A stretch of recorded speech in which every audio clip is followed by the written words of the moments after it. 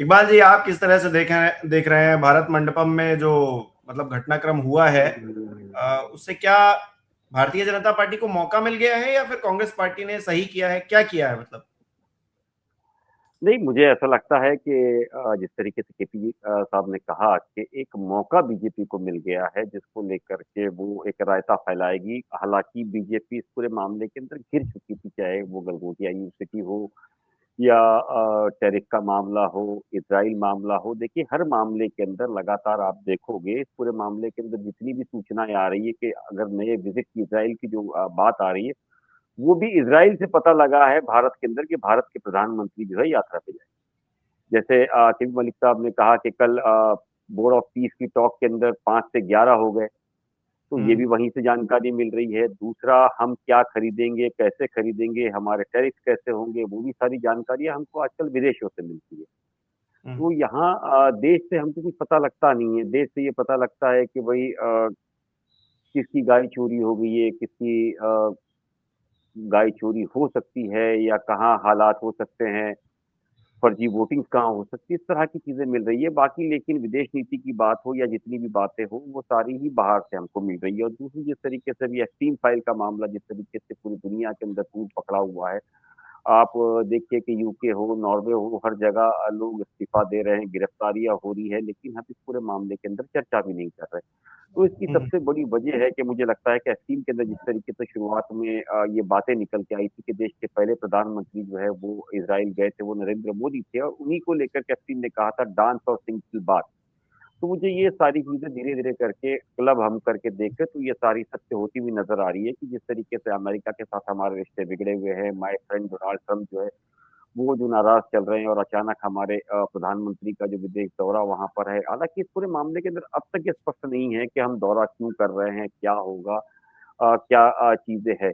तो ये सारी ही चीजों को अगर हम एक एक करके देखेंगे तो हालात बिल्कुल बेकाबू है। बीजेपी के अंदर जो राजनीति है आपसी भी, वो बहुत तनावपूर्ण बनती जा रही है।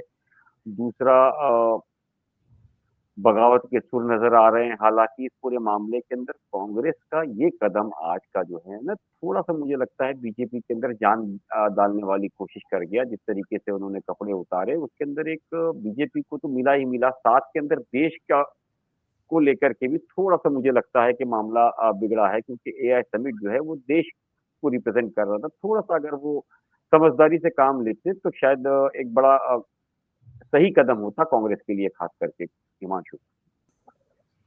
इकबाल जी, देखिए, ब्रेन ड्रेन हो रहे हैं मतलब हम हिंदुस्तान को आगे बढ़ाने के लिए कितना काम कर रहे हैं, इस पर चर्चा नहीं हो रही है, बल्कि इस पर हो रही है कि हिंदुस्तान की कितनी बेइज्जती किसने कर दी। मतलब कांग्रेस कह रही है कि असली बेइज्जती बीजेपी कर रही है और बीजेपी कह रही है कांग्रेस कर रही है। इसी लड़ाई में हम उलझे हुए हैं। नहीं, ऐसा नहीं है। देखिए, मलिक साहब ने जिस तरीके से कहा, मैं फिर कहूंगा कि टैरिफ की जो बात है ना, टिकैत वगैरह की, तो मैं आपको बता दूं, खुद प्रधानमंत्री को भी पता नहीं है कि टैरिफ के अंदर डील क्या हुई है।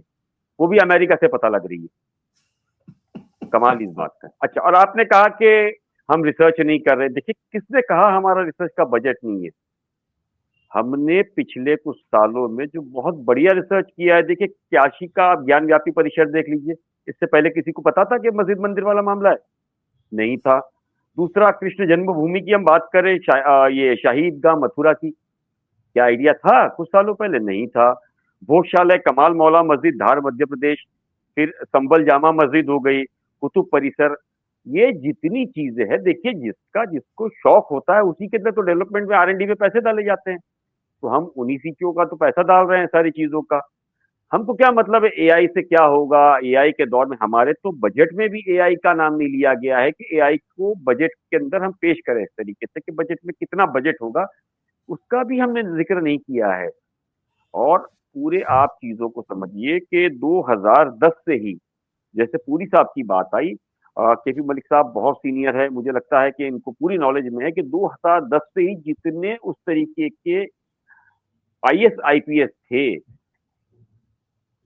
उन्होंने मोदी सरकार को उस वक्त जो फैसिलिटेट किया है, जो सपोर्ट किया है, चाहे वो बाबा रामदेव की बात करे, अन्ना हजारे की बात करे, वहां से जो शुरुआत हुई है, उसके बाद देखिए कि पूरी साहब भी मुझे लगता है उसी दौर की एक प्रोडक्ट थी।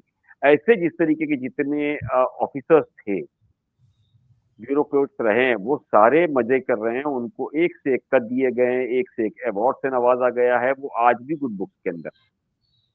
तो ये सिंपल सी बात है कि ये सारी चीजें निकालने वाले भी वही ब्यूरोक्रेट्स और वो स्लीपर सेल्स थे जो आज इस पूरे काम के अंदर मजा कर रहे हैं। एक वक्त ऐसा भी था कि स्वामी जी को भी, सुब्रमण्यम स्वामी जी को भी बहुत बड़ी बड़ी चीजें दी गई थी। और बात है कि मोदी जी आने के बाद में उनका रिप्लाई नहीं किया उन्होंने, वो उनको ध्यान नहीं दे रहे हैं, तो स्वामी जी नाराज है। तो आप ये पूरी चीजों को देखिए, आज भी सुल्तानपुर के अंदर राहुल गांधी ने 6 अहम मुद्दे फिर एक बार उठाए हैं, सरकार से पूछे हैं, जिसके अंदर रशिया से तेल वाला मामला हो, टैरिफ वाला मामला हो, किस तरह 1 लाख करोड़ की जो हर साल डील हुई।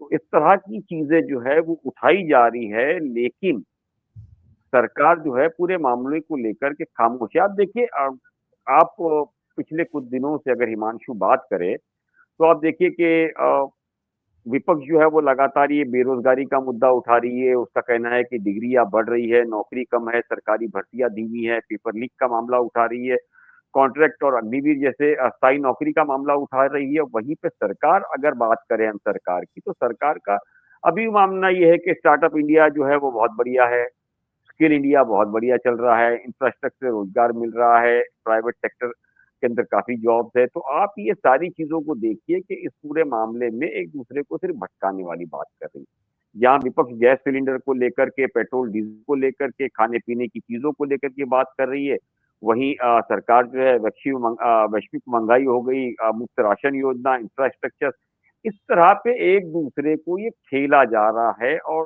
सिर्फ जो है गुमराह किया जा रहा है।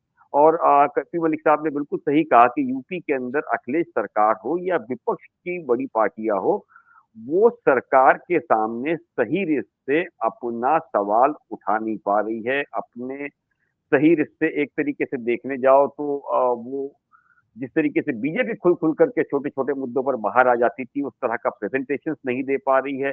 और उसकी सबसे बड़ी वजह ये भी है एक तरीके से कि इनके पास जो एजेंसीज है उसके चलते कई ऐसे करने वाले लोग थे, उन्हें जबरदस्ती दबा दबा के रखा गया है। तो जिसके चलते लोगों के अंदर एक दहशत भी है हिमांशु, कि आदमी सोच रहा है कि क्या किया जाए क्या नहीं, जिसको लेकर के हालात अभी थोड़ा सा संभल करके ये चल रहे हैं। हालांकि राहुल गांधी जिस तरीके से खुल करके एक से एक के बाद एक सवाल कर रहे हैं, अगर पूरा विपक्ष एक साथ होकर के एक प्लेटफॉर्म पर आकर के इस चीजों को उठाना शुरू करे, तो सरकार के अंदर अब बहुत से मामला है जिसके अंदर सरकार खुद घिरी हुई है। और खुद सरकार के अंदर भी आपसे बहुत ज्यादा तालमेल को लेकर कमियां है, एक दूसरे से खींचतान शुरू है। जो विपक्ष में थी वही सरकार के अंदर है, लेकिन इस पूरे मामले को लेकर के विपक्ष को एकजुट होकर के चीजें करनी पड़ेगी।